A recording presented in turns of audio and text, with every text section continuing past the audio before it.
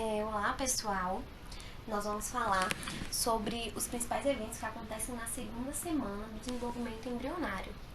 Esse período ele é marcado principalmente pelo desenvolvimento de algumas estruturas extraembrionárias, como a cavidade amniótica, o âmnio, a vesícula umbilical conectada ao pendículo e ao saco coriônico. É importante se fala da segunda semana sobre a implantação do blastocisto, uma vez que ela termina durante a segunda semana, né? Ela acontece por volta do 6º ao 10º dia após a fecundação. Conforme esse blastocisto ele vai se implantando, mais o trofoblasto entra em contato com o endométrio.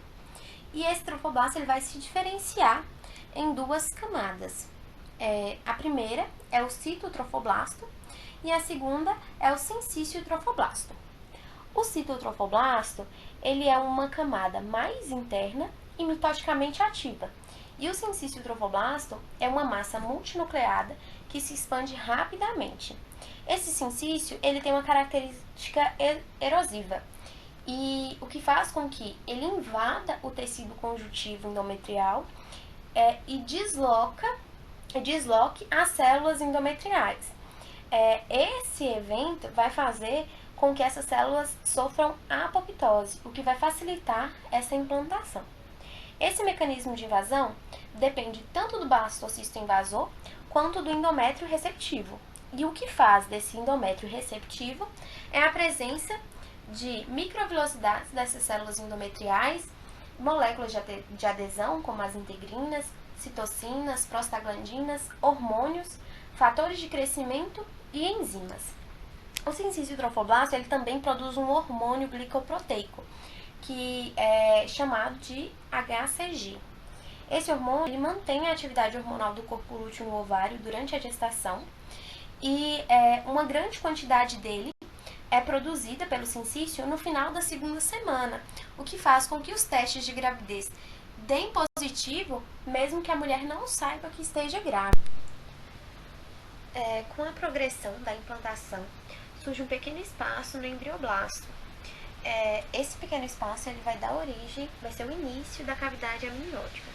Logo, células que são os amnioblastos, eles se separam do embrioblasto e formam o âmnio que vai revestir a cavidade amniótica. Ao mesmo tempo, também ocorrem mudanças morfológicas no embrioblasto, como que resulta na formação de uma placa bilaminar quase circular, que vai ser chamada de disco embrionário. Esse disco ele vai ter duas estruturas que são chamadas de epiblasto e hipoblasto. O epiblasto ele é uma camada mais espessa, composta por células cilíndricas voltadas para a cavidade amniótica. Ele é responsável pela formação do assoalho desta cavidade e ele vai estar perifericamente em continuidade com o âmnio. E o hipoblasto ele é composto por células cuboides pequenas que vão formar o teto da cavidade exocelômica. Esse hipoblasto ele vai estar em continuidade com uma membrana bem delgada, que se chama membrana exocelômica, e eles juntos vão revestir a vesícula umbilical primitiva.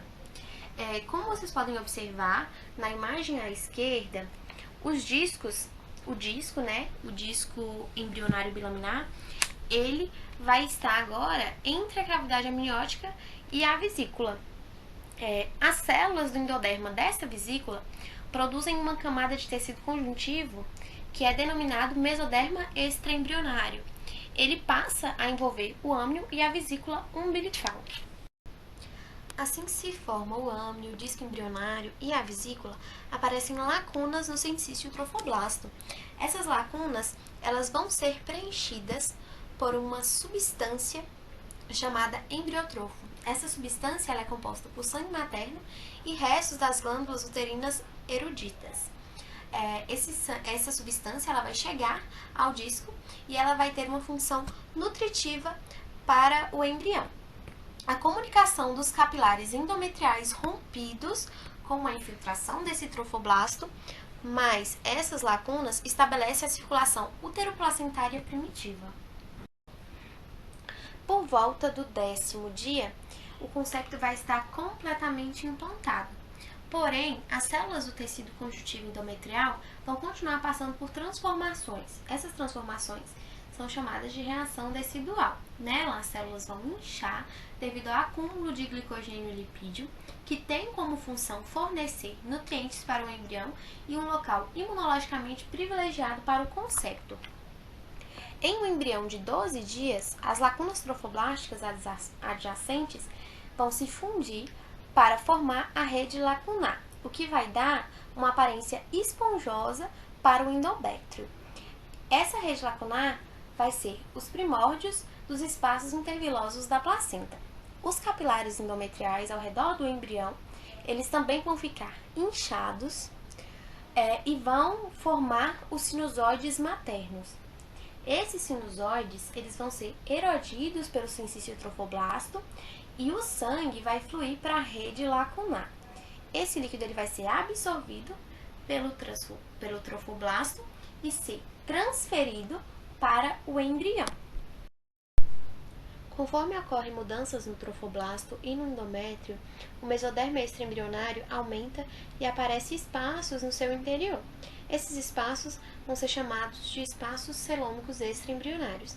Eles vão se fundir e vão formar o celoma extraembrionário. Essa cavidade ela vai envolver o âmnio e a vesícula umbilical. Com a formação do celoma, a vesícula diminui e forma a vesícula umbilical secundária. Grande parte da vesícula umbilical primitiva, ela vai se desprender e formar uma vesícula remanescente, como vocês podem ver na imagem. Nos humanos, uma vesícula umbilical, ela tem a função de transferência seletiva de nutrientes para o embrião e de ser um local de origem de células germinativas. O último tópico que vamos discutir aqui vai ser a formação do saco coriônico.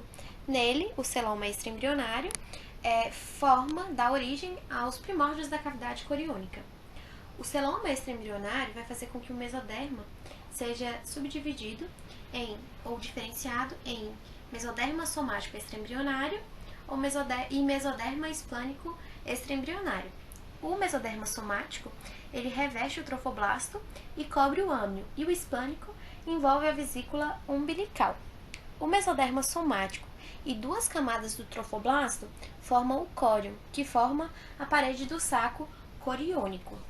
Um embrião de 14 dias, como vocês podem ver, ainda possui a forma de um disco bilaminar plano, mas as células hipoblásticas de uma área localizada, agora cilíndrica, formam uma região circular espessada que é denominada de placa pré-cordal. Essa placa pré-cordal indica o local da boca e é um organizador importante da região da cabeça. Então, finalizamos a nossa apresentação e aqui temos um resumo, ou melhor dizendo, um mapa mental de todo o conteúdo apresentado. Eu espero que esse conteúdo atenda às expectativas de vocês e que a compreensão tenha sido facilitada pela minha explicação. Muito obrigada e até a próxima!